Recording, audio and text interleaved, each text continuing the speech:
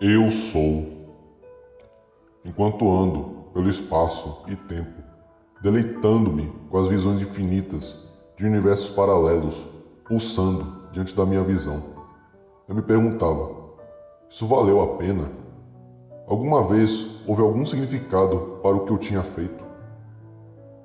Eu me transportei para a superfície de uma grande estrela, a cerca de 20 bilhões de anos-luz de distância, enquanto caminhava sobre sua fachada brilhante, admirando os pulsos dançantes de calor e radiação. Comecei a refletir sobre minha própria existência. Foi durante um período de grande meditação que preferi me resignar a ambientes bonitos e muitas vezes hostis, pois me davam paz de espírito. Nada mais poderia estar lá, exceto eu. Entre as chamas e as coroas, plantei uma semente de pensamento da minha cabeça. A existência em si não tem significado. Nunca houve e nunca haverá. O propósito e o significado são sintéticos.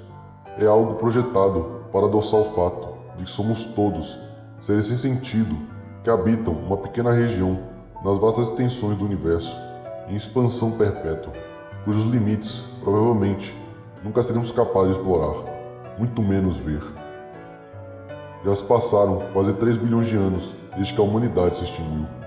Nada foi poupado, nem mesmo a cultura ou o legado. Claro, pequenos artigos de civilizações passadas ainda existem até hoje. Pichações antigas em ruínas, casas esfarrapadas, monumentos caídos. Não resta muito e praticamente ninguém para lembrar ou reconhecer a existência de tais artigos. Acho triste? Digo não. A morte de um conceito, você vê, não é mais relevante para o universo do que a perspectiva de um cão para o funcionamento interno do relógio mais fino e complexo que um cérebro humano poderia conceber. Talvez até a morte de qualquer coisa. Ideias, culturas, pessoas, lares, emoções, tudo seja irrelevante. Conceitos mesquinhos, impregnados de ideologia tangíveis ou essenciais. Não importa e nunca teve. Talvez o niilismo seja a única verdade que se manteve firme, mesmo que as sociedades humanas, agora extintas, se recusassem a aceitá-lo, rotulando-o como uma abordagem pessimista da vida. Levantei-me, levitando-me no espaço, enquanto me despedia da luminescência hipnotizante da estrela. Durante os últimos dias de vida na Terra, durante os quais houve uma lamentável aparência de organização no nível de base, consegui estabelecer conversas significativas com o último dos habitantes. Um deles era uma menina de 13 anos. O nome dela era Tress. Perguntei a ela por que tal nome. E foi porque sua mãe acreditava que o número 3 era um número de sorte. Não era para ser 7? Não importava. Mas depois de conversar com Tress, observei que ela não pensava como todo mundo.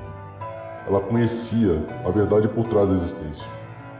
E mesmo a verdade com a qual me deparei quando comecei a explorar o cosmos. Tress tinha esse olhar vazio de 1000 jardas em seus olhos, como se ela já tivesse visto tudo, e ainda assim não pensou em nada, como um soldado cansado e exausto de batalha, cujos olhos olhavam para a vastidão vazia do universo observável. Tress, carinhosamente, me chamava de Senhor Estrela, e eu achei o apelido mais adequado. Muitas vezes caminhávamos de manhã cedo e conversávamos sobre seus hobbies e amigos, enquanto eu ocasionalmente a surpreendia com pequenos truques de mágica. Para qualquer outra pessoa teria sido uma ilusão barata, mas para aquela garota, cujos olhos se arregalaram ao ver os pilares de luz dançantes, significava um mundo. Francamente, em um ambiente de escassez e ruínas, não havia muito entretenimento. A comida favorita de Tress, talvez, era a sopa de cogumelos. Ela e alguns outros jovens iam para a floresta, colhiam sua colheita diária de cogumelos e voltavam para casa para uma convergência aleatória de casas improvisadas, com os rostos sorridentes de seus pais.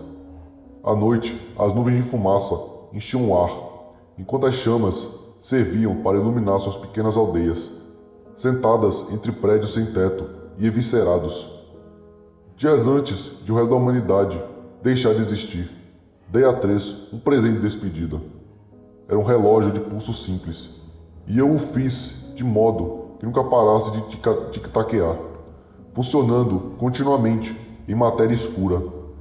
Ela não sabia como usar um, então eu pessoalmente o coloquei em seu pulso e o prendi para que não balançasse ou se mexesse.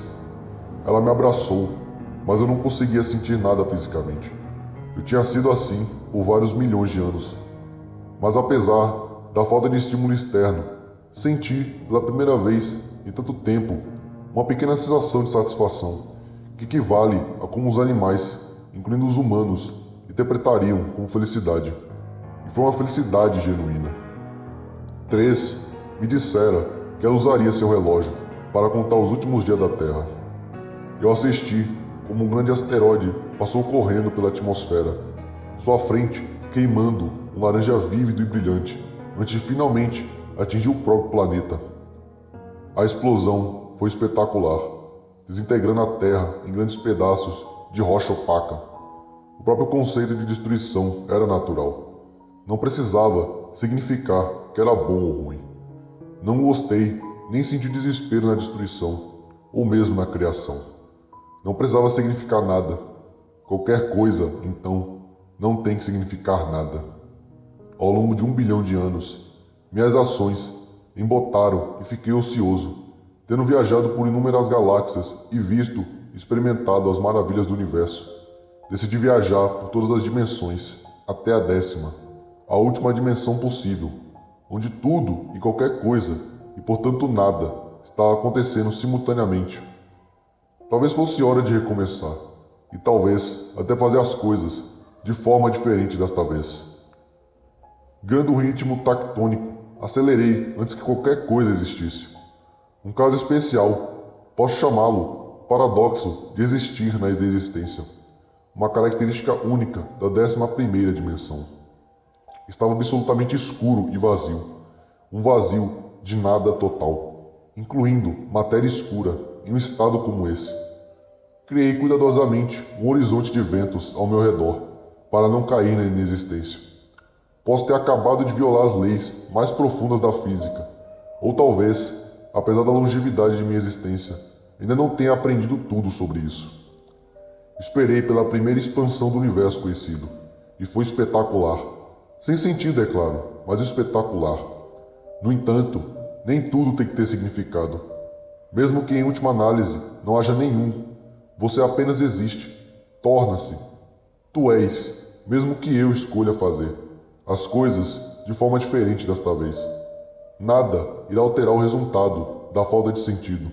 Somos todos apenas uma coincidência cósmica.